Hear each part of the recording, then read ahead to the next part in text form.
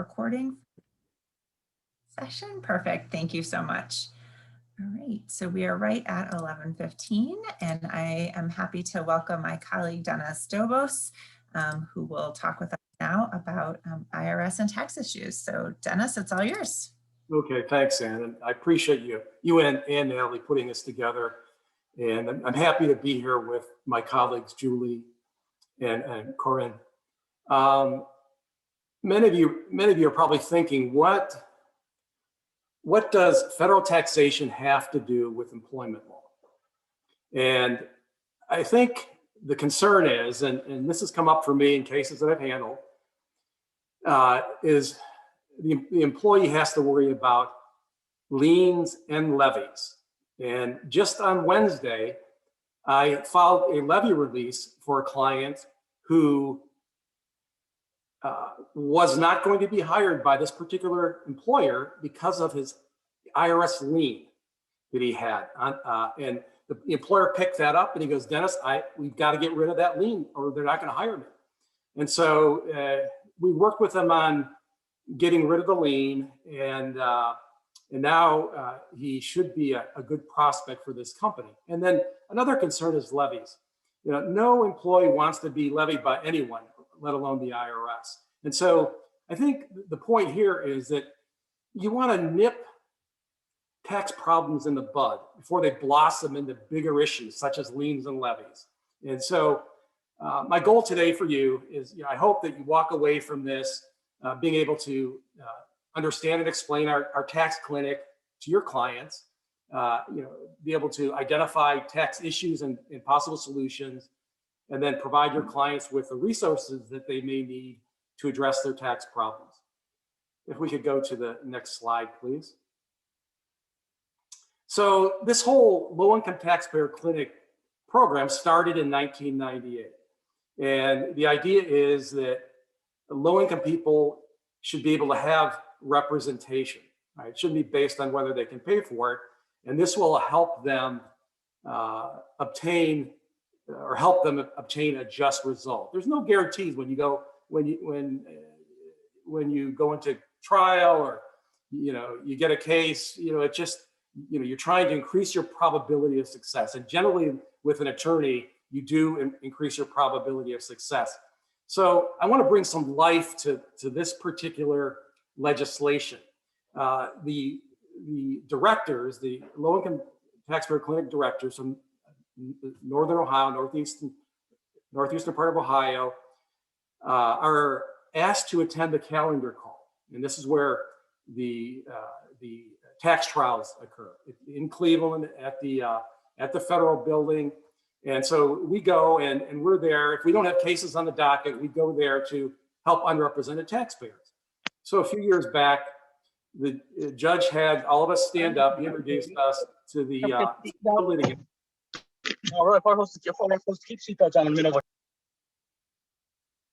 Are we okay? Still.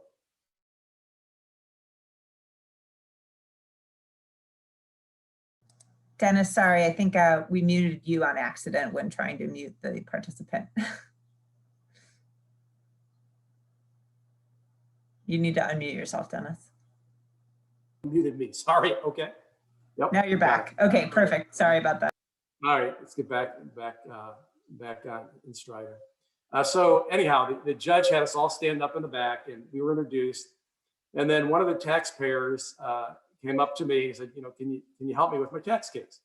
And so we left the courtroom. We went into one of the empty rooms outside the courtroom, and he was explaining the same problems with their income tax for a child tax credit. And I said, well, okay, what sort of documentation do you have to prove your case? I mean, he couldn't afford an attorney, clearly. And he goes, well, I didn't bring anything. I don't have anything. And I said, well, do you have any witnesses? Well, my daughter's here, but she doesn't want to testify. So, I'm thinking this guy needs help, and how are we going to help him? He's not going to be able to do it himself. And so I asked the judge. He and I went before the court. We said, we need some time to prepare. The judge goes, well, you have about an hour and a half. We're going to try this case in an hour and a half, and good luck. Okay. So we went out there, and I'm frantically trying to get documentation for him. We're calling his employer, trying to get records, nothing helpful. And so eventually, I conclude that it's going to be what we need to do is work on his testimony. And I said to him, if your daughter doesn't testify, we're going to lose. And so she finally agreed to testify. So we worked on direct examination questions for her, for him, and we have about 15 minutes to spare. We're going up the elevator to try the case, and then on the elevator was opposing counsel. So she goes to me, Dennis, what are you going to do here? And I said, we're going forward. And she goes, do you mind if I talk to your client's daughter? I've talked to your client before you started representing him. I know his story. I'd like to talk to her. So two things are running through my mind. One, she's going to use that information in cross-examination. The second thought was, maybe she's on the up and up and she wants to, try to do the right thing here and resolve this in a good way, maybe settle it before trial. Well, she talked to my client's daughter, and my client was taking care of the kids, the grandkids, and she explained that. And so she goes to me, I think if we try this case, the service is going to lose. And so we want to settle it now. So my client, we got rid of about, $8,000 in debt. My client got his earned income tax credit. The bar to the future bar, I think there was a 10-year bar that was lifted. And all of that happened because of this act, this legislation. If this wasn't here, I wouldn't have been there, and that client would have been steamrolled. So that just gives you a flavor of how important this legislation is and what the clinic can do for people. We can go to the next slide. So the program started in 1999, you can see, with 34 clinics, 18 states, and District of Columbia. Today, there are 131 clinics. There are 90 clinics that are legal aid type clinics, and the remaining 41, I think, are university type clinics.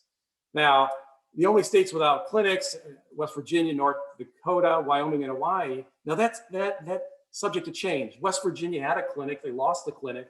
Hawaii had a clinic, they lost the clinic. And the clinics may come back. Okay, we can go to the next slide, please. So you can see here, the dark areas display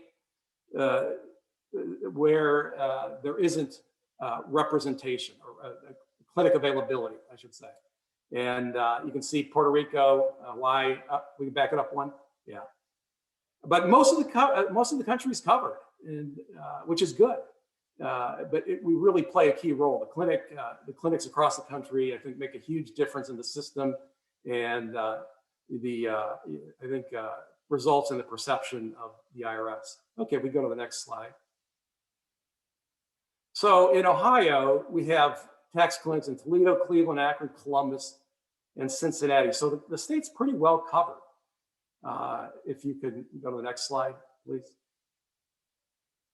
And you can see all of the clinics in Ohio are legal aid type clinics, except for the University of Toledo. And they just started a clinic maybe 4 years ago. And you can see the state's pretty well covered. We have the numbers there for each of the clinics. If we go to the next slide.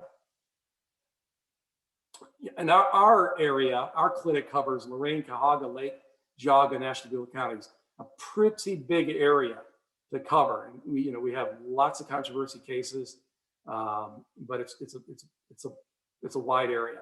All right, we go to the next one. So the basics. All right, we do controversy work. All right,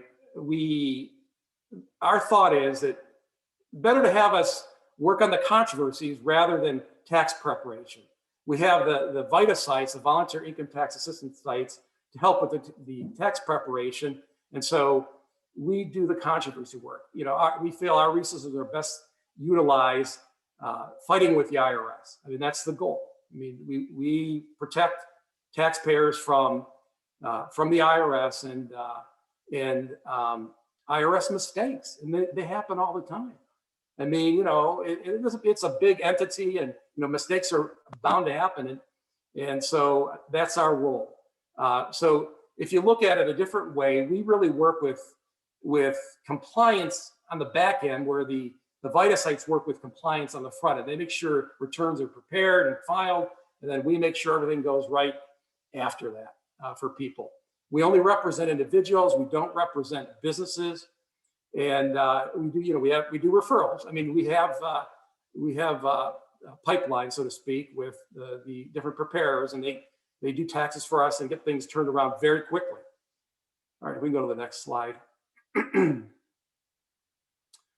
So we get a grant from the IRS, and the grant allows us to go up to 250% of the federal poverty limit. But we try to keep it lower. We try to help the poorest of the poor. And so we use a cutoff of about 200%. But sometimes if there's a compelling reason, we'll go to 250% or a little bit higher, but not generally. So grant says 90% of your cases have to be under 250%, 10% can be above. We rarely go above. I can count the times on maybe 3 fingers. And as far as the controversy, we're limited. So if the amount exceeds 50,000, we have to have a good reason to take the case. And generally, our reason is, the argument that I make is, this taxpayer owes taxes for several years. This 1 year, this above 50,000 is one of those years. And we want to globally resolve all issues that are affecting the taxpayer. And usually that's good enough. And so, and that's our thought. I mean, we want to help them across the board with every issue that we can. And then they have a clean slate, and then they can move on and live their lives. All right, we can go to the next slide, please. So as far as the clinics, how do we get our cases? All right. Well, phone and online intake. All right, and over the last year or so, that's been one of the exclusive ways. We're starting our brief advice clinics again in the fall, and usually 75 to 100 a year. We're all over the county with advice clinics, and we pick up tax cases through the advice clinics. Our clinic gets quite a few referrals from the other practice groups at Legal Aid.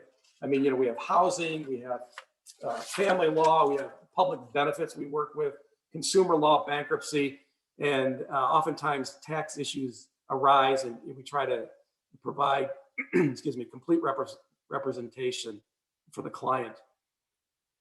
Excuse me. And then we also have volunteer income tax assistance sites that I mentioned, and we pick up clients from that source as well, referrals. And then the local taxpayer advocate. They're located in the federal building in Cleveland, and they do everything that we do, almost everything. They help taxpayers with their problems. What they don't do is they don't go to trial, they don't go to court, and there isn't an income cap for them, and they can help businesses, right? But we get referrals. So, for example, if we have cases that maybe need to go to court, to trial, to tax court, or need to go to federal district court, they'll refer the case to us, and we'll handle that part of it. If we could go to the next slide, please.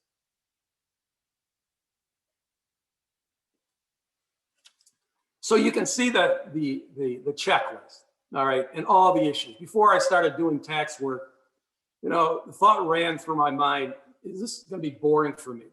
Because I really like to litigate, and I like that dynamic, and I wasn't sure what was going to be here, but this has been a very, very interesting practice.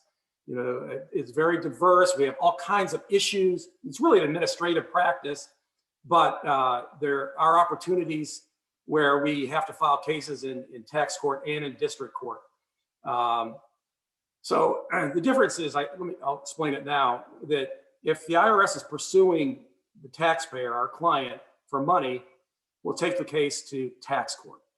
If our client, the taxpayer, wants money or believes that he or she is entitled to money from the IRS, we'll file a case in district court and we'll sue the United States.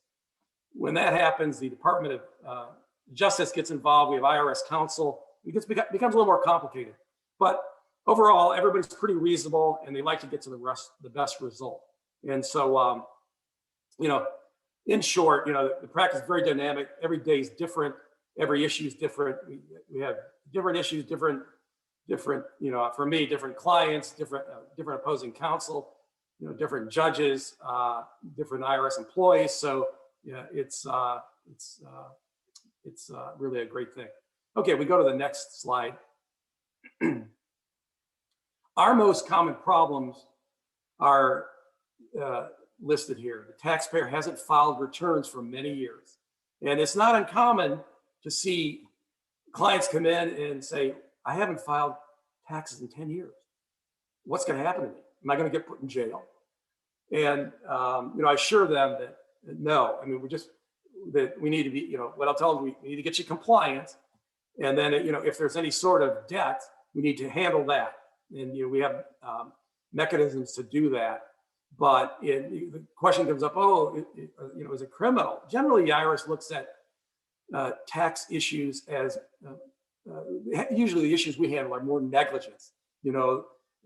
Taxpayers failing to do something they should have done, but without intent. I mean, if they do something intentionally and they try to defraud the IRS, that's when you have problems. And taxpayers want to stay away from that for sure. Lack of supporting documentation is another problem that we encounter. Sometimes time has passed and our clients, taxpayers, don't have what they need to argue their case. So we have to go to Plan B. And then lastly, they come in beyond the response or appeal period. It's expired, you're too late. So then we have to go to Plan B, and we'll get to Plan B coming up. But day in and day out, this happens often. So, if you have clients that are in this situation, any of these situations here, don't worry, we can still help. All right, if we can go to the next one, please.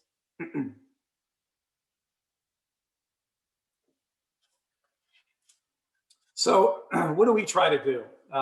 Educate about rights and responsibilities. We counsel our clients about the rights, responsibilities under the code. We give advice. Sometimes that's all we need to do is just give advice. For example, maybe we have a case where the client has tax debt and it's about 8 or 9 years old, and they ask me, well, what should we do? I tell them nothing. Let's let the statute of limitations run, the collection statute, and you're good to go.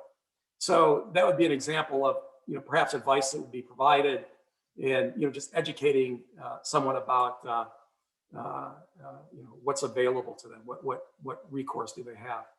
Routinely obtain tax records. The other clinic staff obtain tax records. We can get almost instantaneously return transcripts, wage and income transcripts, account transcripts, records of account. There's a service called a practitioner priority service where with a phone call, now long wait time sometimes, but with a phone call, once I get somebody, I can get those records in a matter of a minute, and I have the whole history. Plus, I can get from the representative his or her take on the situation, and I can use that to corroborate my client's story so that we have a clear, clean story. We know what's going on. There's no margin for the unknown or margin for error, and we can proceed. So we do a lot of work with audits, defending clients in audits. Particularly, we have to do a lot of defense of the credits, the earned income tax credit, child tax credit. You'd think that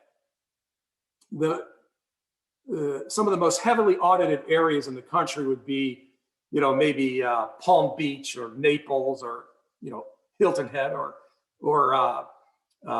maybe Carmel, California, or other locations where the wealthy reside, but it's not the case. Most heavily audited areas, rural Mississippi. Zip codes come up from rural Mississippi, and it's because of the credits that are audited so frequently by the IRS. There's a lot of fraud, and so the IRS is on it as far as trying to ferret out wrongdoing. So we do a lot of defense that way, proving that clients are entitled to those credits.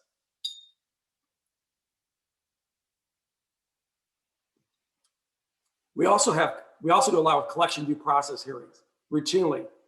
Before the IRS, levies on someone, they offer the right to a hearing, a collection due process hearing. And we always take advantage of it. And we can do different things within the hearing. Besides argue the merits, we can argue or discuss collection alternatives. And I'll talk about that in a minute. And then lastly, we do a lot of appeals. We appeal to different levels of the IRS administratively. And then I routinely appeal when I believe that we haven't arrived at justice yet. We'll take a case to tax court or to federal court and try to get the right result. Okay, if we could move on. So we do a lot of negotiating, payment plans, currently not collectible status, and offers in compromise. But let me step back a minute.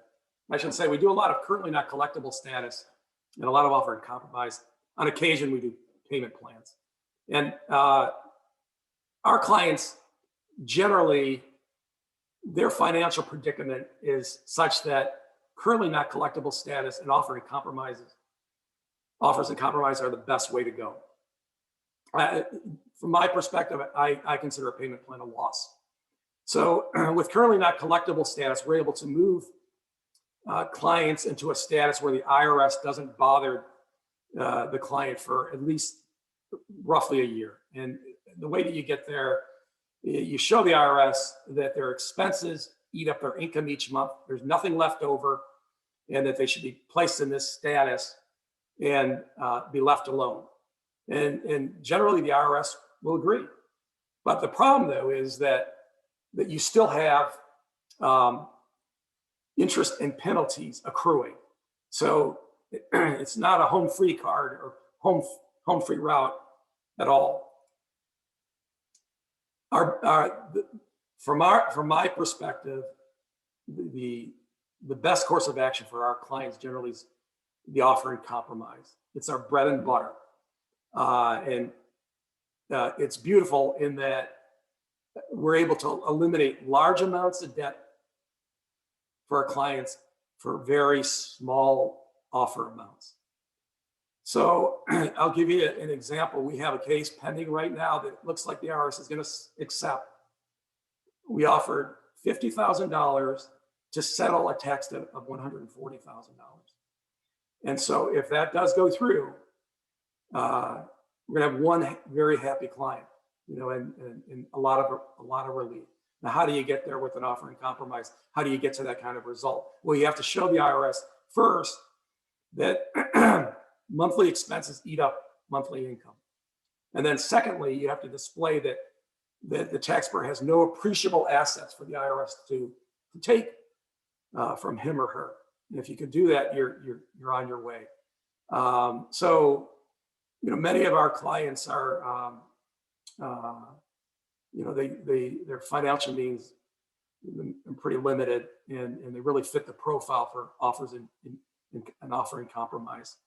And so we've had a high success rate with it. I think we're up around like 98%, something like that, really, really high. And we're fortunate, but a lot of it is that they do fit the profile. But, and some of it is, from our lawyering as well. If the offer's not accepted at the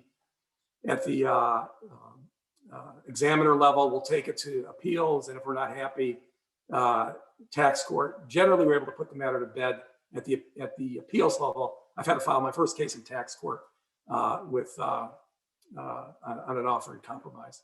I'm not going to go into the details because the case is pending right now, but it'll be an interesting case. So, so that's the negotiating we do. Okay, along those lines, I mentioned we go to trial. We represent taxpayers at trial. We pick up clients at trial. Okay, and then we try to also identify systemic issues and solutions. If we can go to the next slide, please. Thank you. So we mentioned federal tax education earlier. We try to educate our clients. We got a couple of brochures I've been working on, the clinic's been working on, dealing with state tax issues, the IRS offer in compromise, and the IRS offset bypass refund. And those hopefully will be coming out this year, in addition to many other brochures that we have online, I believe, and are available at our outreach clinics. Excuse me.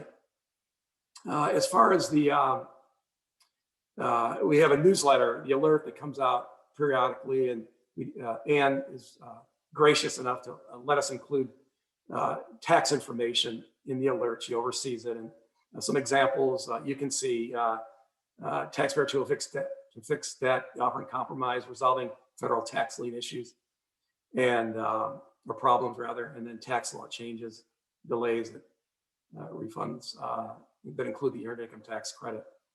So those are, we provide new articles regularly. All right, if we could go to the next slide. All right, so some of the systemic advocacy we do, we try to integrate that into the practice. And we try to help a lot of people with a small action, okay? And so the first one is we're urging the IRS to change its rules pertaining to innocent spouse claims, all right? So the way the rules stand now, there are new rules that came out that state that all the evidence that's presented to the IRS is the only evidence that's going to get into tax court. And it's not clearly laid out in the rules for innocent spouse relief. And so we're urging the IRS to make changes to make it clear to everyone that you better make your record during the administrative process, because otherwise you're going to be barred from introducing that evidence later on during your tax court trial. And then the other issue that we worked on recently, excuse me, deals with the IRS instructions on the collections appeal notice, and with the instructions on the collections appeal form. They don't match up. The notice says, oh, you have 30 days to make the appeal, make your appeal, all right? But when you get the instructions, it says, oh, you have 30 days notice, but before that 30 days, you've got to talk with an IRS manager. And if you don't talk with that manager within that 30 days, you've got a problem with submitting that 30-day appeal. You can submit it, but I've had pushback on it where, you get a case late, you don't have time to talk with the manager, and then, you have the appeals officer then pushing back saying, oh, well, you should have talked to a manager first. So that's an example of, changes that need to be made.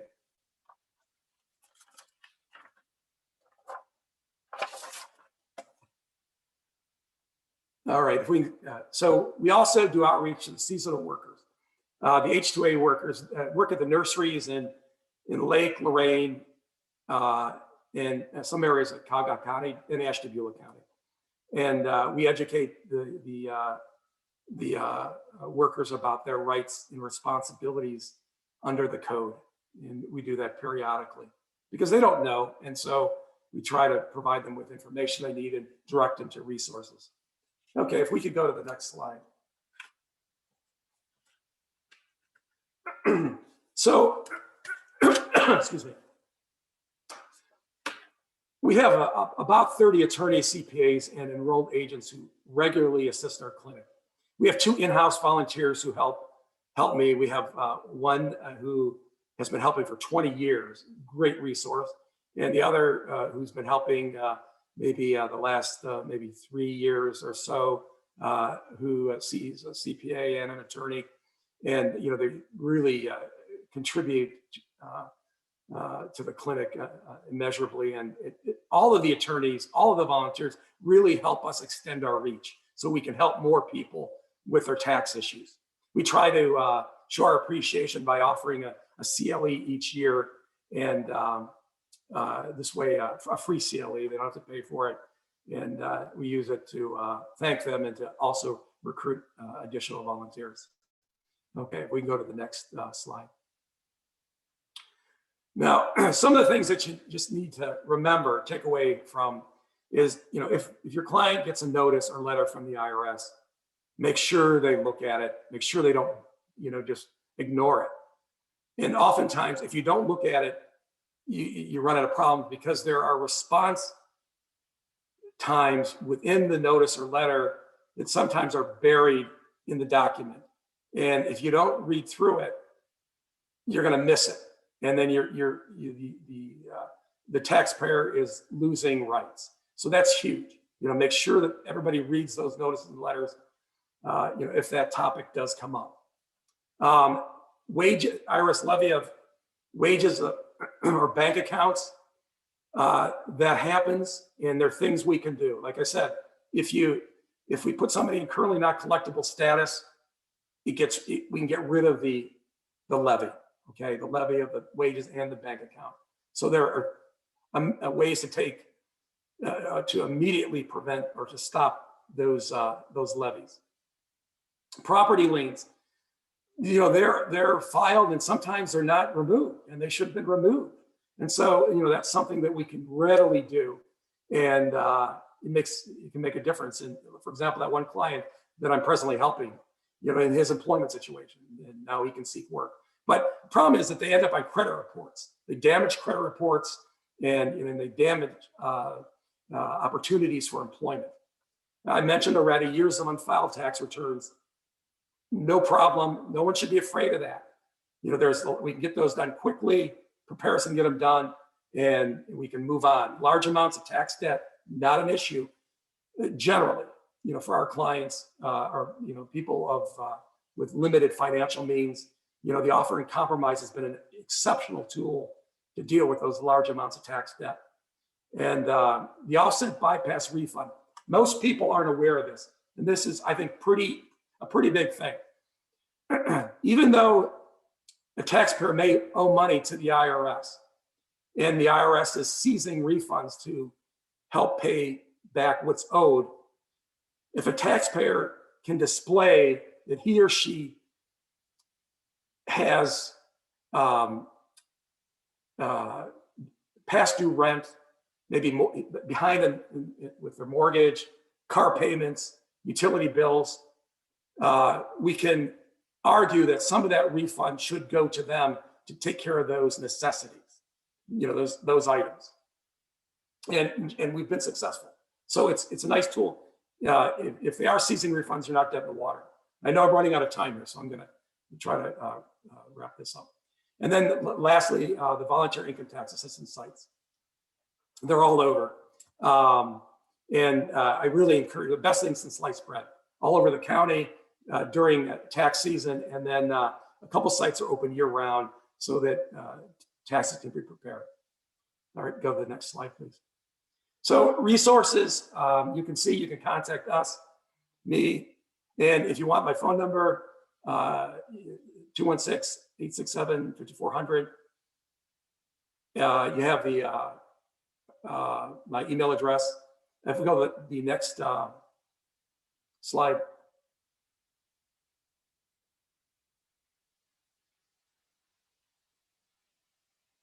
You can see the voluntary income tax assistance sites. They're available, how to reach them, and then the local taxpayer advocate as well. And so I think, key is identify the issues and get your clients to people, entities that can help it as soon as possible. Next slide. Okay, questions? Sorry I had to rush through that.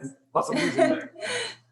You always manage to cover such a complicated topic in a really short amount of time and really with such helpful information. So thank you very much for going over that. And I'm gonna just ask a few follow-ups and again, invite all of our participants to go ahead and jump in or put any additional questions you have in the chat, please. Dennis, at one point you mentioned that, an example of advice you sometimes give people is just let the statute of limitations run. You don't have to do anything. And could you just explain what what is a statute of limitations? What's the time that you're talking about and why you don't do anything? Yeah. That's a great question. Collection statute. So when the IRS assesses the taxpayer from time of assessment, there's a 10-year statute. And if the IRS doesn't get its money within 10 years, that debt goes away. And what most people don't know, though, too, I just will. So we'll just stick with this for a minute. So sometimes we'll, I'll advise, we can do an offer in compromise, but they're with the offer in compromise, the IRS can take refunds up through the year the offer is accepted, and you have to timely file for the next 5 years, which are, people have to file anyhow. But it may be a better way to go because the IRS it's not discretionary, where an offer in compromise would be discretionary. The statute of limitations by law, that's what happens. And one other point that it just comes to mind, it doesn't deal with the collection statutes, but most people don't know this as well. And some attorneys, tax attorneys, don't think about it regularly. The IRS has what's called a silent lien on everything that one owns or will acquire until that debt is satisfied. And so, arguably, if you're doing things with your money and not paying your taxes, I think, the IRS, has, good cause to go to maybe file a lien with the recorder's office, putting everybody on notice. And, there's so much variability with the liens. I know I'm kind of diverting here a little bit, but I think it's important that, you could have a lien put on your property owing $8,000 and not have a lien placed on your property and owing a lot more, $30,000, $40,000. So there's a lot of variability with that, but you don't want, if you can, you want to try to address the tax debt and try to avoid liens and levies up front if possible. Sorry, long-winded, but. No, very helpful. I suspect another topic that people are hearing a lot about these days in the news is the child tax credit payments. So I wonder, Dennis, if you could just give us a quick preview about those child tax credit payments, and does somebody have to be working to get that? Yeah, so I thought you would bring that up, okay? So generally, so there have been changes, okay? I mean, to the law, and as you know, it's a credit, and you don't have to be working, and it's so historically you would get the credit at the time you would do your taxes, okay? And now people can get the credits 6 months prior, okay? And it's starting July 15th. They're going to get their payment. I think the payment amount's been expanded to 3,000 from 2 to 3,000, and you get half from now through December, and then you claim the remaining amount on your return as look for the credit there. And if you have problems, there's a portal that you can IRS portal that you can opt out if you want, or if you're not filing taxes, you can opt in, and that way you're assured of getting your money.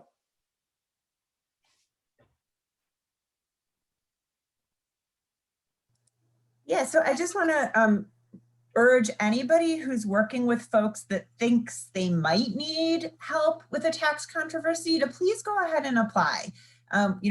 As Dennis, I think, has tried to convey, we really try to provide at least some guidance and assistance to anybody as much as we possibly can. So we do have, as I talked about earlier, an option of applying online. It's a pretty short online form. It's mobile friendly for folks who want to do it from their phone, right from our website.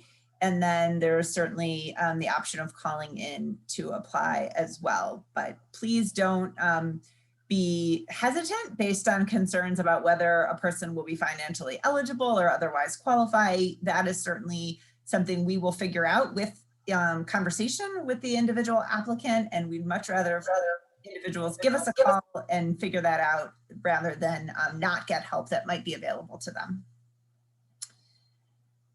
All right. any other questions? I think the one other thing, Dennis, I guess if you could just touch on briefly is, the statistics I've heard in the past suggest that people with low income are actually audited at a higher rate than people with higher income. And so there's, less help available, but more people potentially in need of it to deal with these IRS controversies. Is that still accurate from your experience?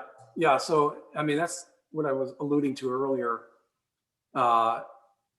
with the many low-income individuals receive the earned income tax credit, child tax credit, and are audited all the time.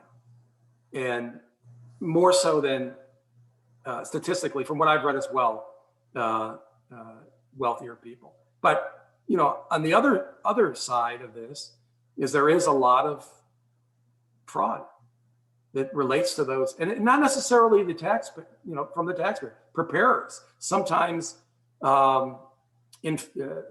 unscrupulous preparers will say, inflate income so that individuals become eligible for the credits and higher amounts of refund amounts. And, it's a problem. So I see it from both sides, but there is a lot of auditing going on of low-income taxpayers, as you mentioned.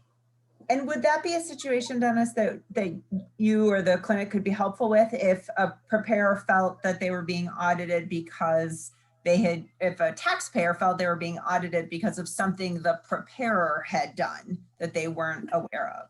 Yeah, so I've had cases where we go after the preparer as well via collaborating with the Cleveland Police Department Financial Crimes Unit, for example. I had a case where there was clearly preparer wrongdoing, and in fact, the numbers were inflated so that my client would get a greater refund, but the taxpayer absconded with the refund. And so we had addressed that case in federal court, and then we also addressed it with the help of the prosecutor's office in municipal court. And my client got the appropriate amount of money, and the unscrupulous preparer got the punishment that they deserved. So it happens a lot, Yeah. So that was there's happy ending in that case. A lot of work.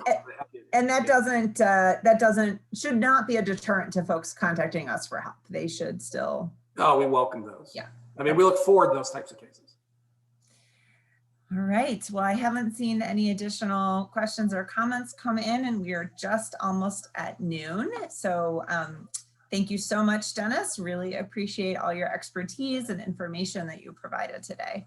Oh, really happy to do it. So thank you all to our participants as well. Just as a reminder, if you are seeking continuing education credit for today's presentations, be sure you return your evaluation and provide your license number.